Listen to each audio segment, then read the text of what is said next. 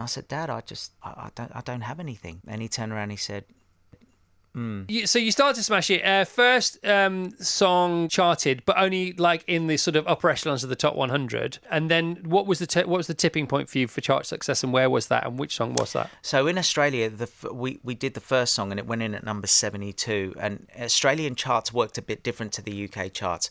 You can debut low, but it climbs. That used to be the same here, but it's changed. Yeah, but whereas that's right, because in the mid-90s here, you had to debut high, otherwise that was all it. over, yeah.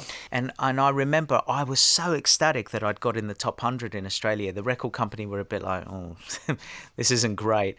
And then we did a song called Give Me a Little Sign, which was an old Brenton Wood cover. And Molly was like, you've got to do this. And he sent me over to work with PWL, Phil Harding and Ian Curnow from that team.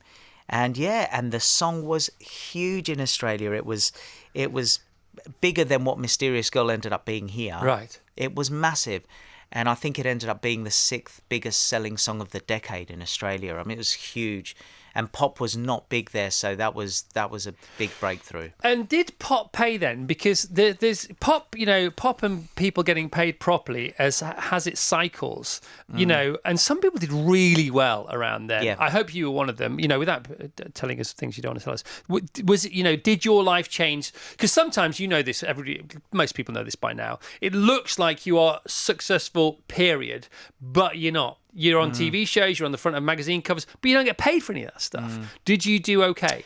I was very lucky because the music was working in other countries as well. And I remember one day, I'll never forget this, I went home in the mid-90s and I said to Dad, I'd partied, I'd done all the things that, you're in your 20s and you're young and you just don't think and you're not investing.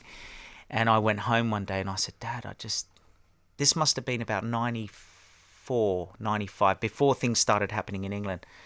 And I said, Dad, I don't have anything. And he turned around and he said, well, I hope you've learned this lesson. And I was like, well, yeah, but what am I going to say? What am I going to show? And he said, luckily enough, I saved for you. And all these royalties that were coming in that I had no idea about, Dad saved, and I had enough to buy 2 or 3 great properties. And so I started buying properties from before things happened here. God bless Dad. And thankfully, years later now, because a lot of people go to me, how are you doing okay? Like you've had songs in the 90s and a lot of it is property. I was very lucky to buy properties since the 90s. And you really thought you were Skint? I thought I was Skint, and Dad let me believe that for a while because he said, there's a valuable lesson for you. He said, don't get cocky.